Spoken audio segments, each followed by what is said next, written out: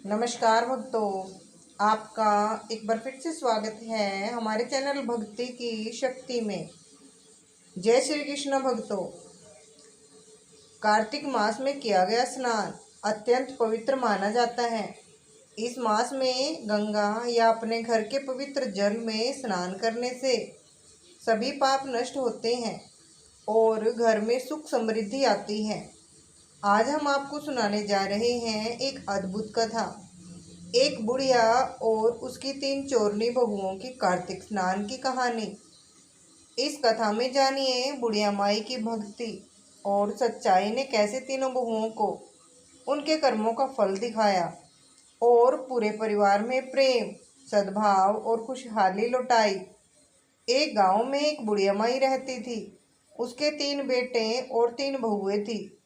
बुढ़िया माई बड़े सत्कर्म किया करती थी। दान पुण्य करना, व्रत पूजा करना उसका नित्य नियम था। वह कार्तिक महीने में स्नान कर भगवान विष्णु, माता लक्ष्मी और तुलसी जी की श्रद्धा से पूजा किया करती थी। हर वर्ष जब कार्तिक पूर्णिमा आती तो वह गंगा स्नान के लिए अवश्य जाया करती थी। अब कार्तिक का महीना शुरू हुआ तो बुढ़िया माई ने पूरे नियम से स्नान प्रारंभ कर दिया। वह माखन और मिश्री का भोग भगवान विष्णु और माता लक्ष्मी को लगाती। कभी दही मिश्री का तो कभी माखन मिश्री का भोग। जो भी बन पड़ता वह उसी से भगवान को खुश करती। भोग लगाने के बाद वह तुलसी दल डालकर वह प्रसाद घर के और पड़ोस के सभी लोगों में बांटती थी और अंत में स्वयं भोजन करती थी। यही उसका नित्य कर्म था। लेकिन उसकी तीनों बहुएं बुढ़िया के इस पूजा पाठ और प्रसाद बांटने के भाव को बिल्कुल पसंद नहीं करती थी। जब वह भोग लगाकर प्रसाद देती तो वह कहती, ये क्या ढोंग करती है, क्या दिखावा करती है, तुलसी दल डाल देती है, हमें तो तुलसी के पत्ते नहीं भाते। इस तरह वे प्रसाद को खाने से मना कर देती थी। धीरे धीरे बुढ़िया के बेटों पर भी अपनी पत्नियों का रंग चढ़ गया। अब वे भी माँ से सीधे मुंह बात नहीं करते थे। चूंकि बुढ़िया का पति कुछ समय पहले ही स्वर्गवासी हो चुका था, इसलिए वह बेचारी चुपचाप सब सहती रहती थी। वह अपने कार्तिक स्नान, दान पुण्य और प्रसाद वितरण का नियम नहीं छोड़ती थी। लेकिन तीनों बहुओं की आंखों में वह खटकती थी। वे सोचती, ससुर तो चला गया, अब ये सास भी चली जाए तो अच्छा हो। कम से कम इसका पूजा पाठ वाला खर्चा तो बंद हो। जब देखो कभी पंडित बुलाना, कभी भोजन कराना, कभी मंदिर में दिया जलाना, हर समय खर्चा। तुलसी के नीचे दीपक जलाने से लेकर भगवान को भोग लगाने तक हर कार्य उन्हें भोज लगता था। बुढ़िया माई को उनकी यह प्रवृत्ति समझ में नहीं आती थी, परंतु वह शांत रहती थी। तीनों बहुएं आपस में भी मनमुटाव रखती थी। किसी से किसी का मेल नहीं था। तीनों के अपने अपने बच्चे थे। बड़े बेटे के 2 लड़के और 1 लड़की, मंझले के 3 बच्चे और छोटे के 2। बुढ़िया का परिवार भरा पूरा था, पर उसमें उसका कोई अपना नहीं था जो उसकी बात समझे, उसका दुख बांटे। अब बहुओं ने आपस में मिलकर योजना बनाई कि हम अब घर का बंटवारा कर दें। घर का बंटवारा होना चाहिए। उन्होंने अपने अपने पतियों के कान भरने शुरू कर दिए। देखिए जी, अलग हो जाएंगे तो अपने बच्चों की परवरिश अच्छे से कर पाएंगे। अब तक तो बस माँ के पूजा पाठ में पैसा खर्च होता है। न अपनी मर्जी से खाना बना सकते हैं, न खर्च कर सकते हैं। छोटी बहू अपने पति से कहती, हमारे बच्चे अभी छोटे हैं, हमें बहुत मेहनत करनी है, उन्हें पढ़ाना लिखाना है, और यह माँ तो रोज किसी न किसी पूजा में खर्चा कर देती है। उधर मंजली बहू भी अपने पति को समझाने लगी, देखिए जी, अब बंटवारा हो जाना चाहिए ताकि अपनी मर्जी से जी सकें। कब तक किसी की टोका टाकी सहें। जो मन होगा बनाएंगे, खाएंगे और अपने बच्चों के साथ रहेंगे। इस तरह धीरे धीरे वह परिवार, जो कभी एक छत के नीचे प्रेम से रहता था, अब स्वार्थ, ईर्ष्या और लोभ की आग में बिखरने लगा। उधर बड़ी बहू भी कहने लगी, देखिए जी, अब हमें बंटवारा कर देना चाहिए। बच्चे बड़े हो रहे हैं, कल को उनकी शादी ब्याह करना है, बहुत खर्चे हैं। ऐसे ही अगर हम कमाते रहें और छोटे भाइयों व अपनी माँ का पालन पोषण करते रहे तो हमारे बच्चों का भविष्य सुरक्षित कैसे होगा। अब बंटवारा होना ही चाहिए। तीनों भाई भी पत्नियों के कहने में आकर मान गए कि हाँ, अब बंटवारा कर लेना चाहिए। गांव के पंचों को बुलाया गया और बंटवारे की प्रक्रिया शुरू हुई। तीनों बहुएं खड़ी हो गई और तय किया कि जो भी हिस्सा किसी को मिलेगा उसे अपने कमरे में रख लें। घर के 4 हिस्से किए गए, 3 बेटों के लिए और एक बुढ़िया माई के लिए। इसी तरह घर का सारा सामान भी 4 हिस्सों में बांटा गया, लेकिन माँ को हिस्सा थोड़ा कम दिया गया क्योंकि वह अकेली थी। उसे अधिक की आवश्यकता नहीं समझी गई।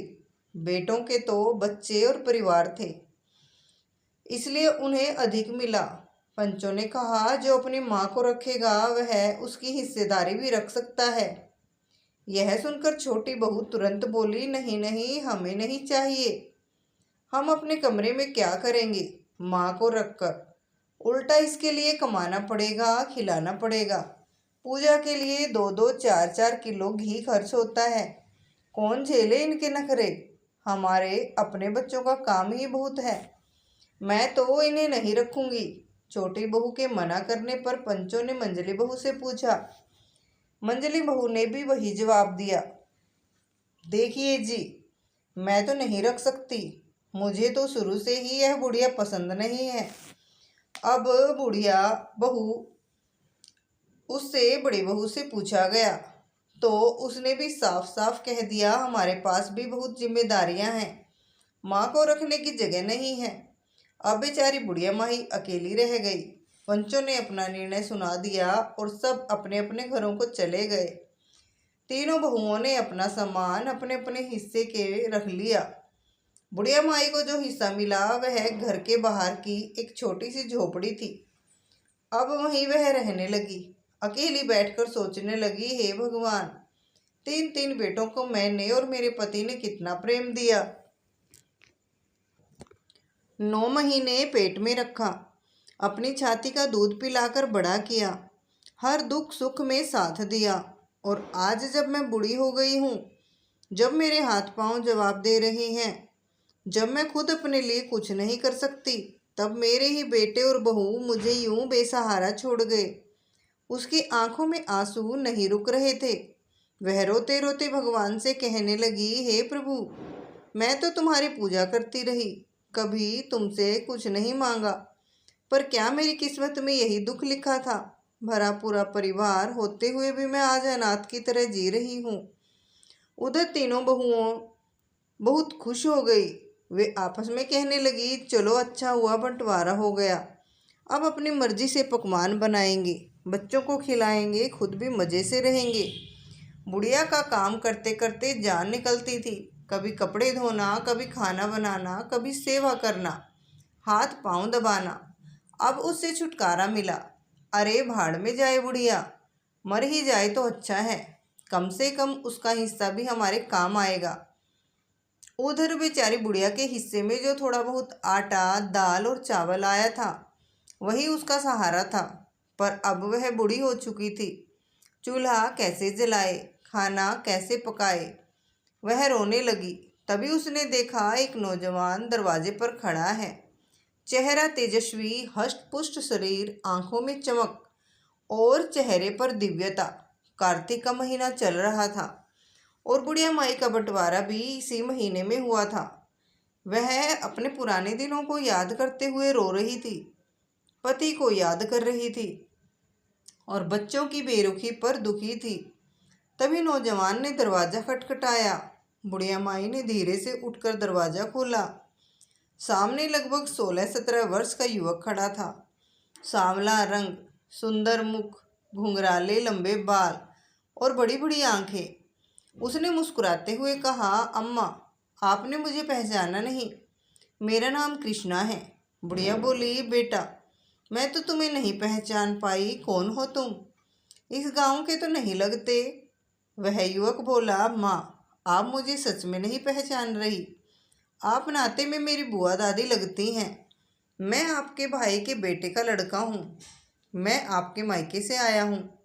हमें खबर मिली कि आपका बंटवारा हो गया है और बहू बेटों ने आपको अकेला छोड़ दिया है।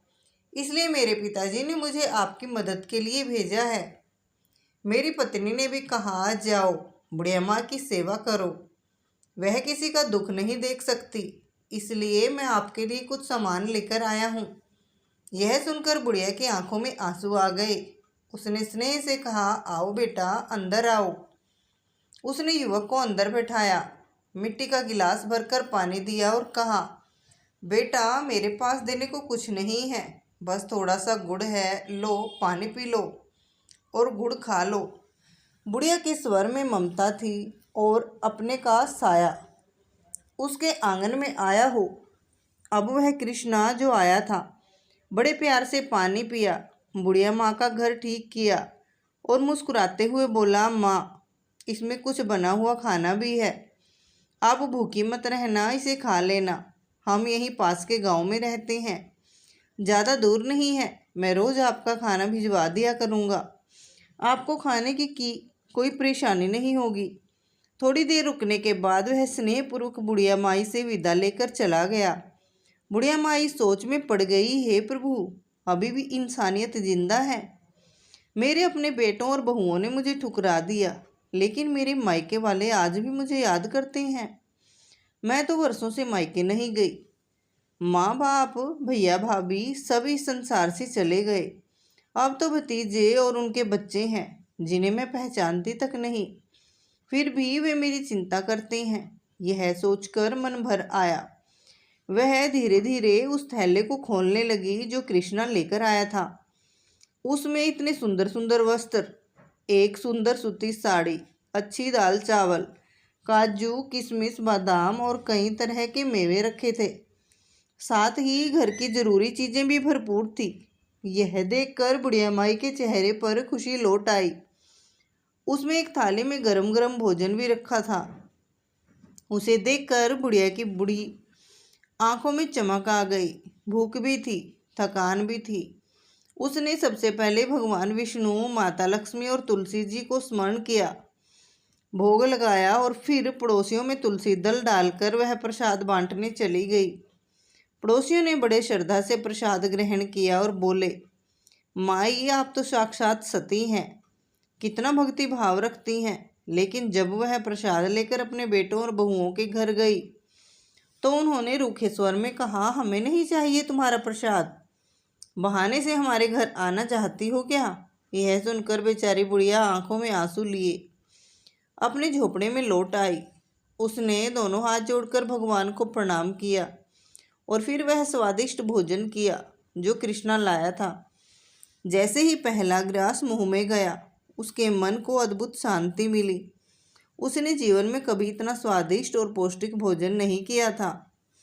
उसके हृदय में भगवान के प्रति कृतज्ञता उमड़ पड़ी। अब वह पुनः अपने नियम क्रम में लग गई। रोज प्रातः उठकर कार्तिक स्नान करती, भोजन बनाती, तुलसी जी की पूजा करती और प्रसाद बांटती। पूरे गांव में उसका आदर बढ़ता जा रहा था। सब कहते, देखो कैसी साध्वी स्त्री है, हर दुख में साथ देने वाली। पर उसके अपने बेटे और बहू अब भी उसे नफरत की नज़र से देखते हैं। अब बुढ़िया के घर में किसी चीज़ की कमी नहीं थी। प्रतिदिन स्वादिष्ट भोजन आता, घी का दीपक जलता, तुलसी के पौधे की सेवा होती। धीरे धीरे उसका चेहरा चमकने लगा, शरीर स्वस्थ दिखने लगा। यह देखकर तीनों बहुओं के मन में जलन भर गई। वे सोचने लगी, हमने तो इसे इसलिए अलग किया था कि भूख प्यास से तड़पेगी और जल्दी भगवान को प्यारी हो जाएगी, पर यह तो दिन ब दिन स्वस्थ होती जा रही है। आखिर इसे खाना मिलता कहाँ से है? हमारे घरों में तो इतना खर्च सोचकर करना पड़ता है और इसके पास सब कुछ है। अब रोज एक लड़का आता, बुढ़िया माई के दरवाजे पर भोजन की थाली रख जाता, कभी कभी कहता, कृष्णा ने भेजा है, और फिर जल्दी से चला जाता। बुढ़िया माई खुश होकर भोजन करती और भगवान के गुण गाती, तुलसी को सींचती, घर का दीपक जलाती। उसका घर जैसे भक्ति का मंदिर बन गया था। अब तो वहाँ भंडार भरने लगे थे, हर वस्तु की प्रचुरता थी। उधर बहुओं के दिलों में जलन बढ़ती गई। वे आपस में बोली, दाल में जरूर कुछ काला है, कुछ तो गड़बड़ है। इस बुढ़िया का खर्चा कौन उठाता है। कार्तिक का महीना धीरे धीरे बीत गया। एक दिन बुढ़िया माई बोली, अब तो कार्तिक पूर्णिमा आ गई है, मुझे गंगा स्नान को जाना है। उसने पड़ोसियों से कहा, भैया मैं 2-4 दिन गंगा किनारे रहूंगी, स्नान करूंगी, मेला घूमूंगी और देवी के दर्शन करके लौट आऊंगी। अब मुझे किसी बात की चिंता नहीं है, न परिवार की न खाने पीने की। प्रभु जो करते हैं अच्छा करते हैं। उसके भक्तिपूर्ण भाव देखकर पड़ोसी भी प्रभावित हुए। वे बोले, माई हम भी चलेंगे आपके साथ। और इस तरह सब गंगा स्नान को रवाना हुए। कहते हैं जैसी संगत वैसी रंगत। पड़ोसियों की सोच भी अब भक्ति में रंगने लगी थी, पर नहीं बदले थे तो उसके अपने बेटे और बहू, जो अब भी साजिश रचते रहते थे कि कैसे बुढ़िया को दुखी करें। पर जिसे स्वयं भगवान विष्णु और माता लक्ष्मी का आशीर्वाद मिला हो, उसे कौन दुख दे सकता है। बुढ़िया माई ने गंगा स्नान किया, मेला घूमी, ब्राह्मणों को भोजन कराया, दान दक्षिणा दी और वहीं कुछ दिन रही। इधर तीनों बहुओं ने सोचा, चलो बुढ़िया तो चली गई, अब उसके घर की तलाशी लेते हैं, देखते हैं आखिर माजरा क्या है। जब वे उसके घर पहुंची तो आंखें फटी रह गई। वहाँ किसी चीज़ की कमी नहीं थी। अनाज के डिब्बे भरे पड़े थे, बादाम काजू छुहारे के डब्बे सजे हुए थे, घी के बड़े बड़े मटके रखे थे। वे हैरान रह गई।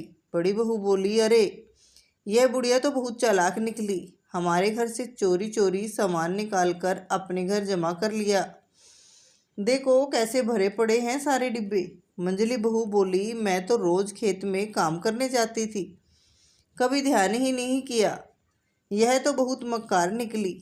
छोटी बहू भी बोली, मैं तो घर में ही रहती हूँ, चूल्हा चौका करती थी, पर कभी सोचा नहीं कि यह ऐसी चोरी करेगी।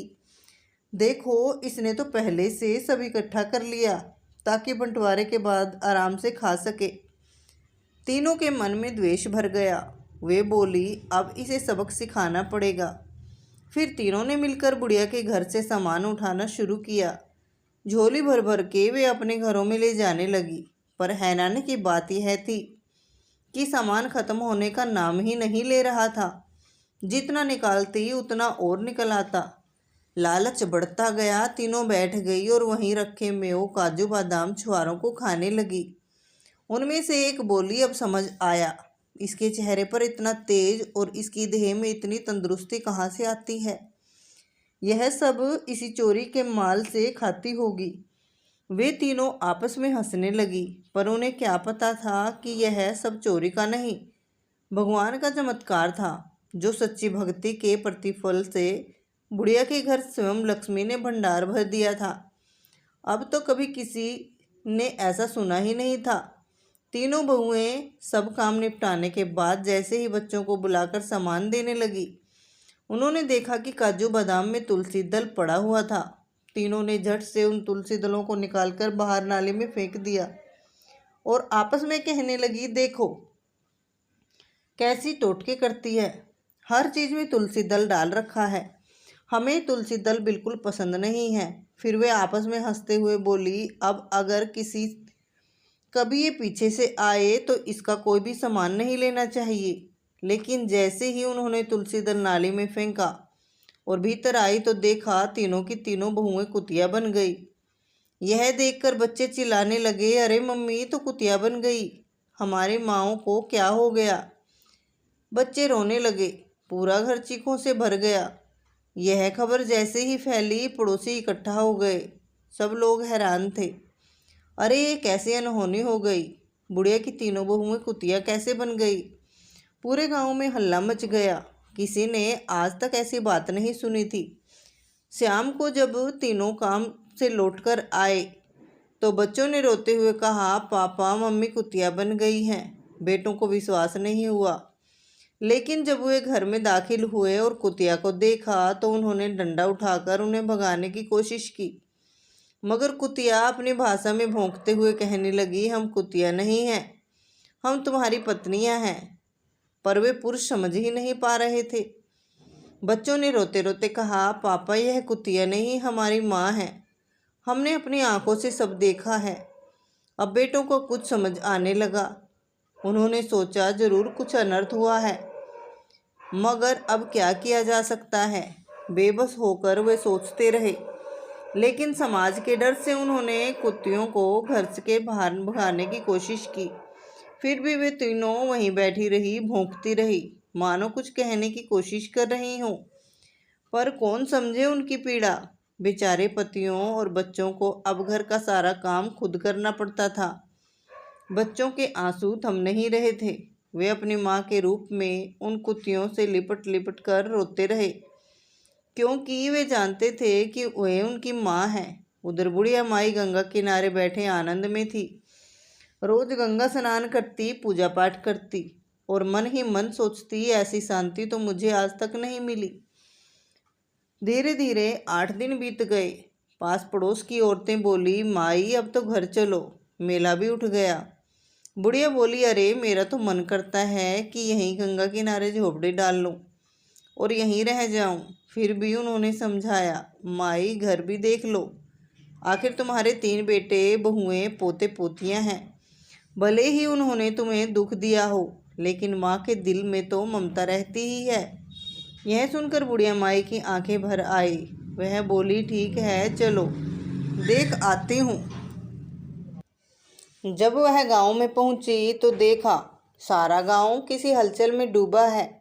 किसी ने आकर कहा, अरे बुढ़िया माई, तुम तो मेले में गई थी, तुम्हारे पीछे तुम्हारी तीनों बहुएं कुतिया बन गई। यह सुनकर बुढ़िया दंग रह गई। बोली, कुतिया बन गई, यह कैसे हुआ? ये तो मैंने भी कभी नहीं सुना। बुढ़िया माई सीधी घर पहुंची। तीनों बेटे अपनी माँ के पैर पकड़कर रोने लगे, अम्मा हमें माफ़ कर दो, हमने तुम्हारे साथ बहुत अत्याचार किया, हमें हमारे कर्मों की सज़ा मिल गई। बुढ़िया माँ का तो कलेजा पसीज गया। वह तो माँ थी। तुरंत अपने बच्चों को सीने से लगा लिया। बेटे रोते रहे, पोते पोतियाँ रोते रहे और बुढ़िया उन्हें दुलारती रही, सांत्वना देती रही। फिर बोली, कोई बात नहीं बेटा, सब भगवान की मर्जी है, जो हुआ प्रभु की इच्छा से हुआ। भगवान जरूर कोई उपाय बताएंगे, उनकी मर्जी के बिना कुछ नहीं हो सकता। अब बुढ़िया माई अपने बेटों के साथ घर में रहने लगी। तीनों कुतिया भी रोज कूं कूं करती हुई बुढ़िया के चरणों में आकर बैठ जाती। वे अब इंसानी भाषा तो नहीं बोल सकती थी, पर सब कुछ समझती थी। उन्हें अपने कर्मों का पछतावा हो रहा था। कैसे उन्होंने उस साध्वी सतवाली बुढ़िया को, जो कार्तिक स्नान जैसी पवित्र साधना करती थी, दुखी किया। अब वे समझ चुकी थी कि कार्तिक के प्रकोप के कारण ही उन्हें यह दंड मिला है। बुढ़िया माई भी मन ही मन यह चाहती थी कि उसकी बहुएं फिर से अपने पूर्व रूप में लौट आएं। उसने हृदय से भगवान से प्रार्थना की, हे प्रभु, यदि मैं सच्चे मन से आपकी उपासना करती हूँ तो मेरी बहुओं को उनके दुख से मुक्ति दीजिए। जब कोई मनुष्य सच्चे भाव से भगवान को पुकारता है तो भगवान उसकी पुकार अवश्य सुनते हैं। उसी समय दरवाजे पर किसी बाबा ने दस्तक दी और भिक्षा मांगी। बुढ़िया माई तुरंत बाहर आई, बाबा के चरण छुए और बोली, आओ बाबा, भोजन ग्रहण करो। बाबा उसकी सेवा से अत्यंत खुश हुए, क्योंकि बुढ़िया माई सदा साधु संतों की सेवा करती थी, किसी को भी खाली हाथ नहीं जाने देती थी। कार्तिक मास में तो वह विशेष रूप से दान पुण्य में लगी रहती थी। बाबा बैठे तो बुढ़िया माई ने अपने बेटों से कहा, बेटा, ये पहुँचे हुए बाबा लगते हैं, इनसे कोई उपाय अवश्य पूछो। तब तीनों बेटे बाबा के चरणों में गिर गए और पूरी घटना विस्तार से बताई। बाबा, हमारी माँ तो गंगा स्नान करने गई थी, उनके पीछे हमारी तीनों पत्नियां यानी हमारी माँ, चाची और ताई चोरी के इरादे से घर गई। उन्होंने माँ का सामान बिगाड़ा, कुछ खाया, जो तुलसी दल रखा था उसे नाली में फेंक दिया। उसी क्षण वे तीनों कुतियाँ बन गई। बाबा ने सारी बात सुनकर कहा, जैसा कर्म वैसा फल। उन्होंने जैसी गलती की उसका फल उन्हें मिला, मगर अब उपाय भी है। तीनों कुतिया उस समय वहीं बैठी थी, पूंछ हिलाते हुए जैसे पश्चाताप कर रही हों। बाबा बोले, कार्तिक मास अब समाप्त हो गया है। अगले वर्ष जब कार्तिक का महीना आए तब बुढ़िया माई जब स्नान करेगी तो उनके स्नान का जल इन तीनों को ऊपर डालना। ऐसा पूरा 1 महीना करना। और कार्तिक पूर्णिमा के दिन जब ब्राह्मण भोजन करने आएंगे तो उनके झूठे बचे हुए भोजन को ये तीनों ग्रहण करें। फिर इनके ऊपर गंगा जल छिड़क देना, तब वे अपने पूर्व स्वरूप में लौट आएंगी। इतना कहकर बाबा वहाँ से चले गए। दिन बीतते गए। अब तीनों बेटे अपनी माँ की खूब सेवा करने लगे। कोई काम उन्हें नहीं करने देते थे। फिर कार्तिक का महीना आया। तीनों बेटों ने माँ से कहा, माँ अब कार्तिक स्नान करो। वे पहले से ही सब तैयारी कर देते। कोई दीपक बनाता, कोई जल का लोटा भरता, कोई माँ के कपड़े धोकर सुखाता। बुढ़िया माई कहती, मुझे ठंडे पानी में स्नान करने दो बेटा। लेकिन बेटे नहीं मानते थे। रोज जब बुढ़िया स्नान कर लेती तो उस जल का एक लोटा लेकर तीनों कुतियों के ऊपर डाल दिया जाता। इस प्रकार पूरा महीना बीत गया। कार्तिक पूर्णिमा का दिन आया। बुढ़िया माई बोली, देखो बेटा, अब 5 ब्राह्मणों को बुला लो, मैं उन्हें भोजन कराऊंगी। बड़ा बेटा बोला, माँ 5 तो आएंगे ही, मैं और 5 बुला लाता हूँ। छोटा बोला, तो मैं भी 5 ब्राह्मण बुलाऊंगा। बीच वाले ने भी कहा, मैं क्यों पीछे रहूं। इस प्रकार कुल 20 ब्राह्मण आ गए। बुढ़िया माई बोली, मैंने तो 5 ब्राह्मणों के लिए कहा था। बेटे बोले, माँ हम समर्थ हैं, हम औरों को भी भोजन करा सकते हैं। तब बुढ़िया बोली, तो 1 और ब्राह्मण बुला लो, 21 पूरे हो जाएं। अब कुल ब्राह्मण 21 को बड़े विधि विधान से भोजन कराया गया। वे कोई साधारण ब्राह्मण नहीं थे। स्वयं ब्रह्मा, विष्णु, महेश, गणेश, कार्तिकेय और नारद जी ब्राह्मण रूप में पधारे थे। सबने तृप्ति से भोजन किया। बुढ़िया माई ने सबको श्रद्धा से दक्षिणा दी, चरण स्पर्श किए और कहा, हे ब्राह्मण देव, यदि आप खुश हों तो मेरी बहुओं को उनके दुख से मुक्ति दिला दीजिए। मेरे कार्तिक स्नान का पुण्य उन्हें मिल जाए। ब्राह्मण देवता खुश होकर बोले, माई चिंता मत करो, सब शुभ होगा। जब वे चले गए तब बुढ़िया माई ने उनके झूठे अन्न को इकट्ठा किया और अपनी तीनों बहुओं को खिलाया। जो बहुएं कभी प्रसाद तक ग्रहण नहीं करती थी, आज वे ब्राह्मणों के झूठे अन्न को बड़े प्रेम से चाट चाट कर खा रही थी। फिर बुढ़िया माई ने बाबा की कही बात याद करते हुए उनके ऊपर गंगा जल छिड़का। जैसे ही गंगा जल पड़ा, तीनों बहुएं अपने असली रूप में लौट आई। वे सासू माँ के चरणों में गिरकर रोने लगी, माँ हमें माफ़ कर दो, हमने बहुत बड़ा अपराध किया, जो फल मिला वही हमारा दंड था। अब हम तुम्हें कभी दुख नहीं देंगे, तुम्हारी सेवा करेंगे। यह सुनकर बुढ़िया माई की आंखें भर आई। उनका हृदय खुश हो गया। अब घर में फिर से प्रेम और शांति लौट आई। तीनों बहुएं हर कार्तिक मास में अपनी सासू माँ के साथ स्नान करने लगी, पूजा करने लगी। कार्तिक पूर्णिमा के दिन सब गंगा स्नान करते, गंगा जल पूरे घर में छिड़कते और उस घर में सुख समृद्धि और बरकत बढ़ने लगी। व्यापार में उन्नति हुई, परिवार में प्रेम बढ़ा। सबने एक स्वर में कहा, हे विष्णु भगवान, हे माता लक्ष्मी, जैसे आपने बुढ़िया माई पर कृपा की वैसे ही सब पर कृपा बनाए रखना। हे कार्तिक माता, जैसे पहले आई थी वैसे अब न आना, जैसे बाद में आई वैसे सब पर आना। सबने एक साथ जयकारा लगाया, बोलो कार्तिक भगवान की जय हो, बोलो विष्णु भगवान की जय हो, बोलो माता लक्ष्मी की जय हो। श्री राधे राधे राधे। जय श्री कृष्णा। प्रेम से बोलिए श्री हरि विष्णु। जय तुलसी माता की। ऐसी ही रोचक और आध्यात्मिक कथाएं सुनने के लिए हमारे चैनल को सब्सक्राइब करें और वीडियो को लाइक और शेयर ज़रूर करें। धन्यवाद। राधे राधे। जय श्री कृष्णा। बोली कार्तिक भगवान की जय हो।